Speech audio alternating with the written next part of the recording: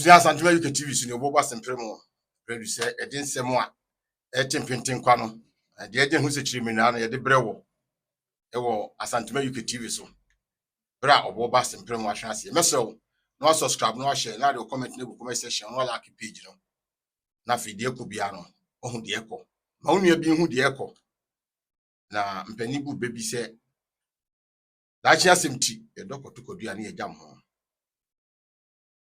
me the video bi brewa e fa sampa nsem de onum se emu bia me anam de brewo no kure no anam de brewo aye National Peace Council e de betu dwa se omu ko sampa na omu akotiesie se de asomdwe ene abotoye mu ebeba ma sampa enya ne fa ahodi fi se sampa da so won ko asum ade achi ase nsempi ni nyina anya hwese ahensem a epie mu sampa samodua ene na sampa jafra na mesre mse obi channel no bedu na Fana TV onhwe ne caption no se na ya samodua omanhene of sampa dabi mesre mi nua onye omanhene dabi onye manhene disa oya wonhwe yi na onye ne yi se de to social media no amanfo osua de free mu nti de no kre no waka de nye no kre nkoka na bra omkoye no omko na raja fra fie omko samodua fie eno omko chief imam nchen ekoni omutra se kasaye na samodua kasa mu no oka asem bi se omuso mu pasumdie ne se wudua asumdie ne se aponche bawia ebeden ene wanya asumdie no nti osofo bi Ebenezer rakwa yi adom na nakola abu bebi e wona nim se kakum yedine kokuo nu no obusa kura se hwan ne kokuo no so ona ebe kasa nti se kakum yedine kokuo nu dia se ono obe kasa ne kokuo yebusa samodua se hwan ya ponche no a wowe asumdie a emma asumdie fifiri ma entimi nso aba wo sampa no ayi wono a National Chairman. Yo! National Peace Council. Yeah! All protocol to be observed. Yo! I will take your indulgence to mix the languages. Yo! I'm not very fluent in the queue. Yo! It's even mixing. I want to thank you for Yo! taking the time to come in. Yo! I also want to give your indulgence to have a bit of patience for us. Yo! I realize that your time is short, but then you also realize that we've been waiting for you for a bit. Yeah! And so maybe a little patience will go a long way. Yo! I'll say, you are Subia, Lucha Asubia. Yo! Bia Oga, Lucha Oga. Yo! We agree. Yo! We agree 100%. Yo! And Subia Asubia, Yeah! na Aponchi Beria, Yo! then Abuja.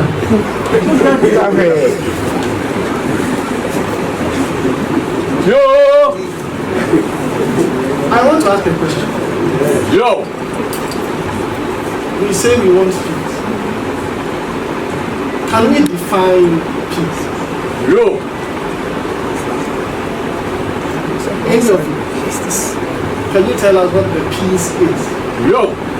So that we know what it is that we are, we understand the parameters Yo! of what we want. Yeah. So what peace? What is peace? Yeah. What is the peace? Yo! Please tell us. Yeah! If you want to give me the microphone, it's relative to every society. And if you want to talk philosophy, we'll get into philosophy. At the end of the day, when you say peace, you're talking about a state of tranquility where every society has the capacity to go about their daily duties without harassment, without intimidation, and without war.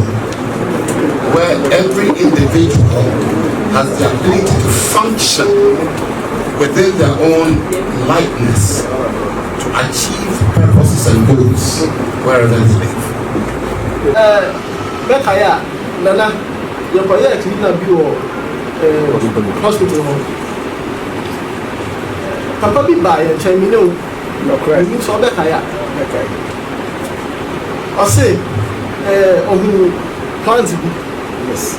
I see some plants will be Babaswa. Some plants will. Yes. China, Unwana, Noma. No man. Oh, not Babasu Nepo. Yeah. Sada now to be Koju. Yeah. That is gonorrhea. Yeah. Okay, then I'll catch you. Nala can't catch you. Say. And then Babasu Tenya. My point is that we've had the same problem, okay? And we've been recommended the same solutions over and over, and they seem not to be working. We want a permanent solution that will get to the root of the problem. We have institutions that are supposed to handle chieftaincy issues. They've not been strengthened too. In fact, they've been weakened. We've seen the court system being used to stifle the houses of chiefs. Our matters are still at the houses of chiefs. They've never been sat on till date since Nana Kofi died in 2007. Almost 20 years. The matters are still there. They've not been sat on because someone uses the court system to ensure that the matters are never heard. We recently heard about a gazetting incident. Gazetting is supposed to go through Traditional Council, Regional House, National House. That is their administrative duty. Now, we've seen someone gazetted by a court without going through the Regional House, without going through anywhere. A court gets up and says, within 24 hours, enter this man's name into the National Register. If you do that, whom do you expect to accept and follow that? It's legal, but who is going to follow it? Not the people of Sampa, I tell you. And so we say that gazetting does not make a chief. That is the law. Gazetting is administrative. It does not make you a chief. And so the people of Sampa say that per custom, they have chosen their chief. And they are going to follow their chief. And so you would have realized that you came to meet me here.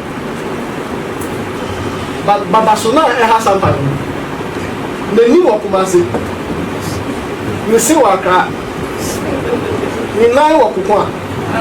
And I touch my dear. I want sure, say, Mushia touch a manual. I have done everything that is expected of me for 10 years. Look at me and my age, and I've been here for 10 years. If it was not legitimate, would I be here? No. A question for you to answer. No. Exactly. But it says something. And when the people of Sampa stand, I stand. If the people tomorrow say, oh, Nana, maybe you knew I would do the we get to baby, your man come on better. That day, I'll remove this cloth. I'm going to sleep. Thank you. Sure that we don't inconvenience the people. Let's say, I'll come out your letter, I say, market in here, yes, you have. They should go and build the market elsewhere. We go for now. That's only my man. Also, my man, into your Munkosi will be for yes, you see them. We go for now, no more public talk. Sell market, one person, one person, one could be before me. Or sorry, and almost started some new tutor of chase. The market was not demolished. It was not demolished by the contractor. It was demolished by the people themselves. All because Ankama said, a man will see what Hamukosi or baby before. I will say, Henny, Sampa, who now bet a baby at Yankosija. Or Mana, or Mumpejano, or Mabujano. If you take me out of the picture, Ankama will never be chief. Yes.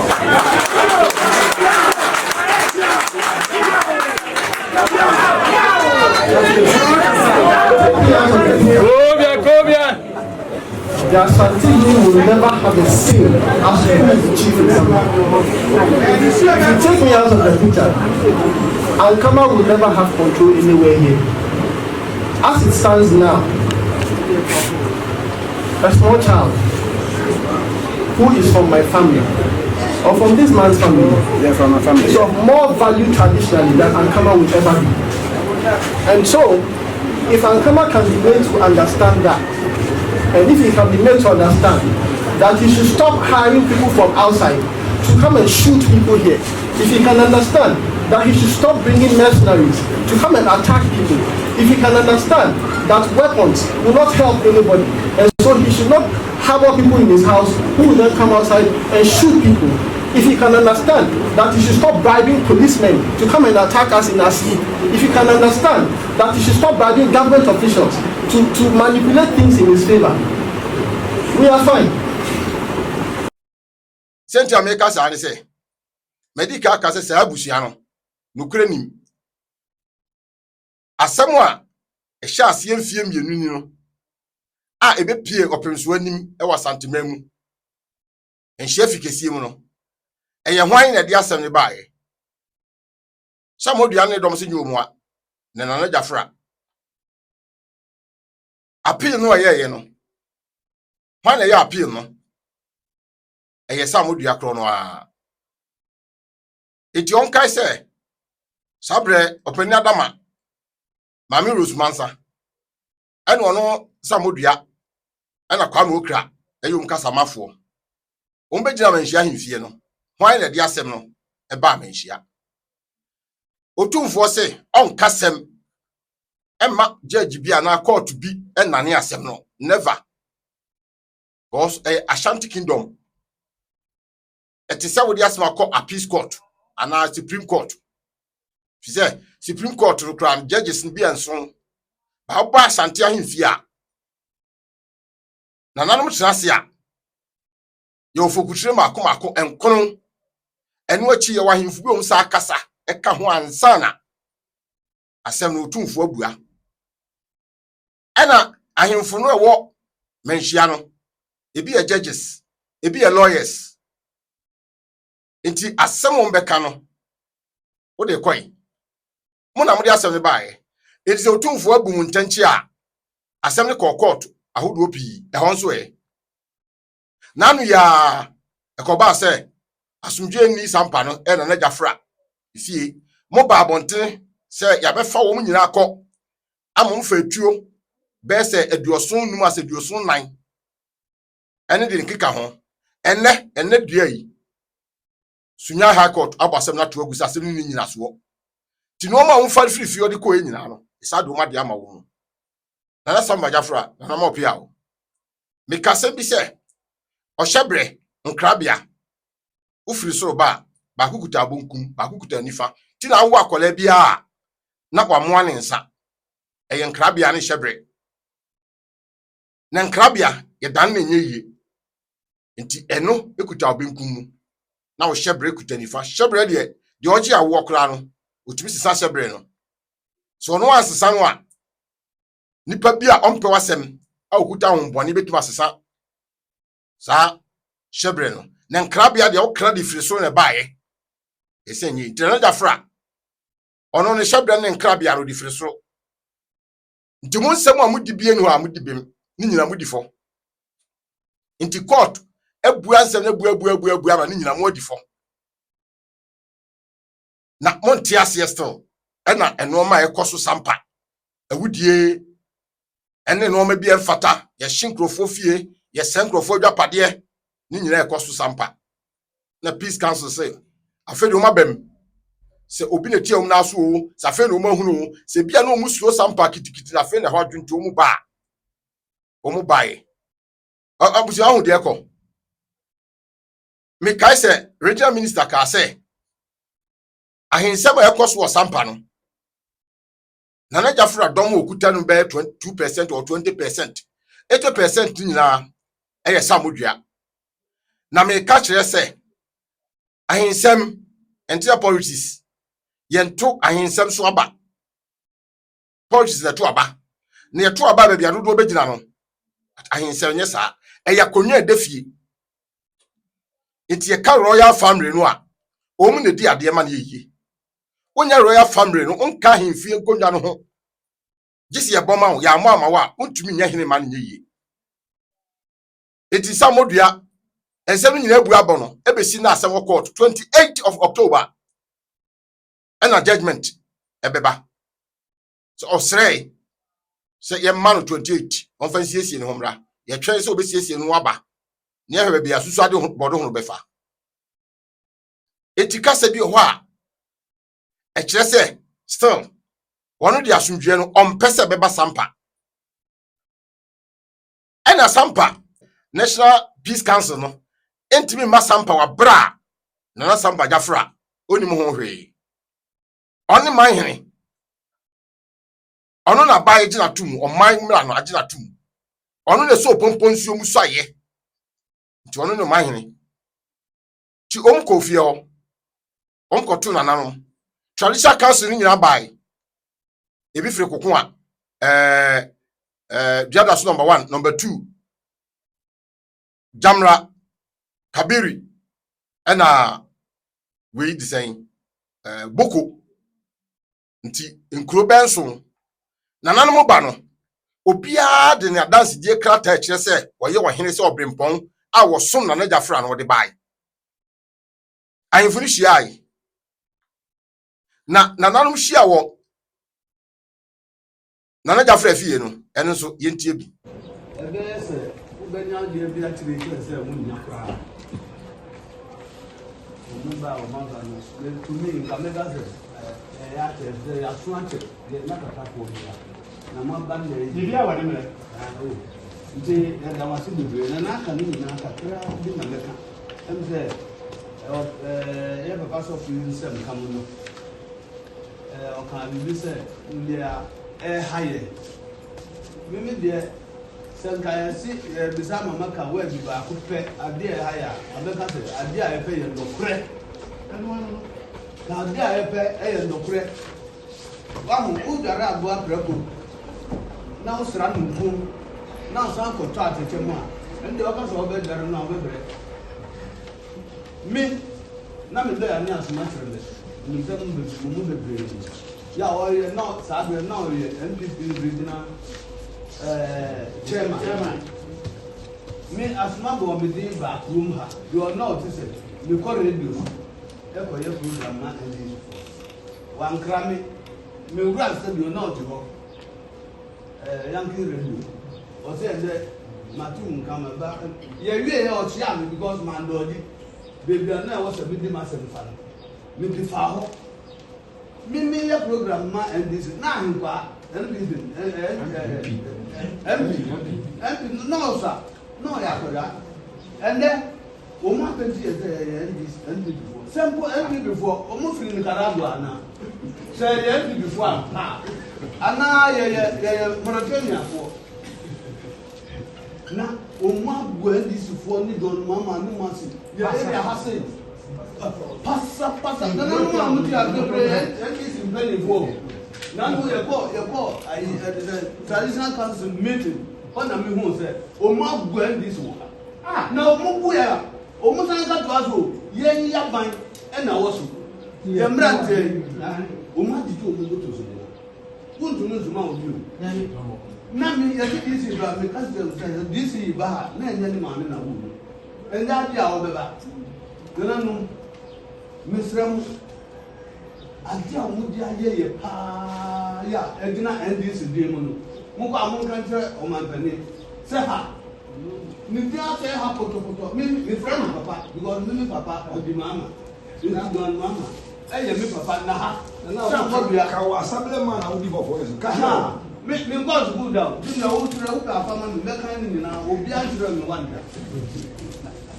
me di assembly man go sa abre no na ye di no parties ye show party na ya to aba ama en o de me nko ho ne o mu di ya me nkrofo e na me ka we na nanu ma ya bubo Na nkrofo ye na nanu nyina. na nanu ma ya wo ha obi a wo kuro nkuro ya wo ha no ya gaza tu mu Omu na o ha. Mu kwa mu de na sa ma bia se. Kuro se ya hin fu na di na. Omo ko ga se obi apaje na de na Obi a odi kuro ona mi ka se kuro nkora nkora kuro no se o ko fa bia. Nkora nkora bia asi ni na no na mi ka. Obi a kuro ye no bia. Ebusiafo de mpese me kire ni se Samodua nya na adwene se obesa kira. Na hemfo nya na adwene se obesa kira. Osa bu bebi se nko communal labor. Na papa bi di pioto bi o se pant bi ba ho. Ema o ka se wanya gonorrhea, syphilis, anase de kike ka candidacies no nya bia yeto we na ato abeboa wo. Samodua se pioto no omu sa ho na sundwe ma sampa no de opeso o chiekosi nyina ne se peace council ne ba hu sa ho e wo Kumasi. That is menhia himfie ena ma sundwe ama na mpani so we ofonsa na ahwe onsa se wo ka de a ene na do ma hene so a o support wo no ono so ye dan na ofire hene do ma hene yo ma hene o say regional house of chief president asem no wantumi anka asante mem ne be wi asem no na sante so se wi asem no firi se sampa eka sante na konwa da sante ahemfie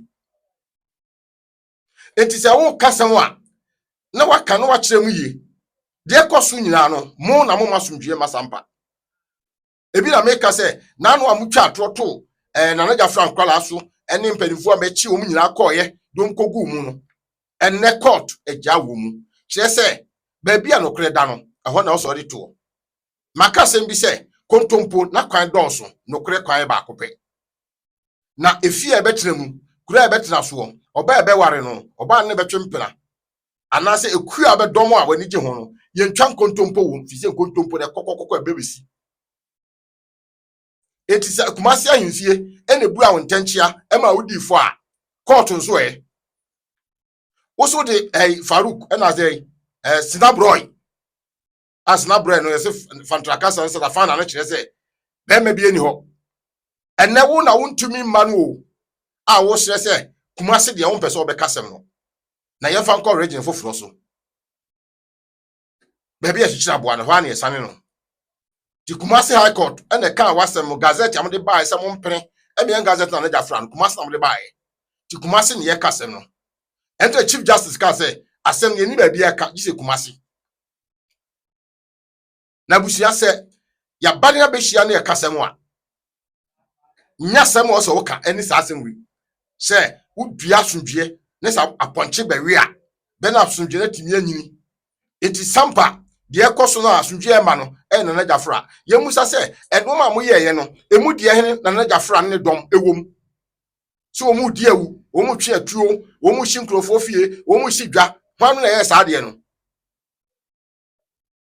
enne peace council aba let's okay kasem wi a na sa kire se omu ba no nokure no sa ho ewo Kumasi Jamra Kokua ene nkure ka omu sa ho no ba sampa ana kwa wo kra se omu ko no naja Fra fie nipa nso na wo ho ba mo de mo hye ho ma na nipa nso no wo ho no ma bobon nkuro nsia se kuro bia de nipa mienu kra na ko ya eyesen ana sampa himfie na naja Fra fie no abusia pani abu mama ho na na yebo asia ma ho achiame hene ho ene achiame fo ka ho abse kontra na se akom omu nyina wo kuro mo omu nyina so ba bi enti ede ne nipa nso medical kasa no kure pad no kure sankofo omu mpe no kure ka kwamokra ene Samodua ne dom mpe no kure ka empani se kukuru ni jaya keke be jai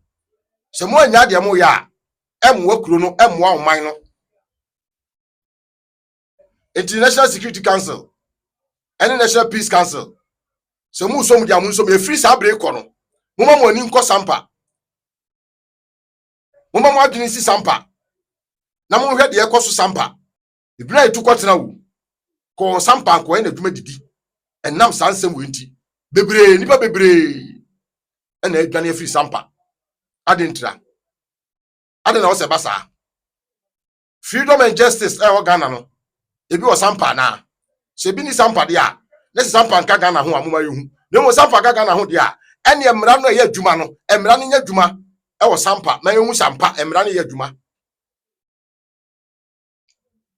ebusia ho ba no anko a wodwe ani so de ma me ba abontere no ana me de abetum anim no se enipa nso a ikoto ni fi onye no kure ana fe samodu e ka se asumdwe ma no firi asante ani nkrobo odino a no kure bi anim asumdwe ma no efiri samodu an fie Royal Hotel ultra-modern hotel bi a o Atwomakofo dua o Asante Mantam mu eben Ebuakwa hotel ye feye se ura da bia mu a wo hiesie mu e wa honka kwan so o VIP rooms o executive rooms and afi wo standard rooms obambo de enyade a ehu bi mu ekira kwai wo Atwomakofo dua Oniga we filling station na edi hwanimu obetumi afre ahomatrofo yi 0249 450 955 K-Loss Royal Hotel. Yeah!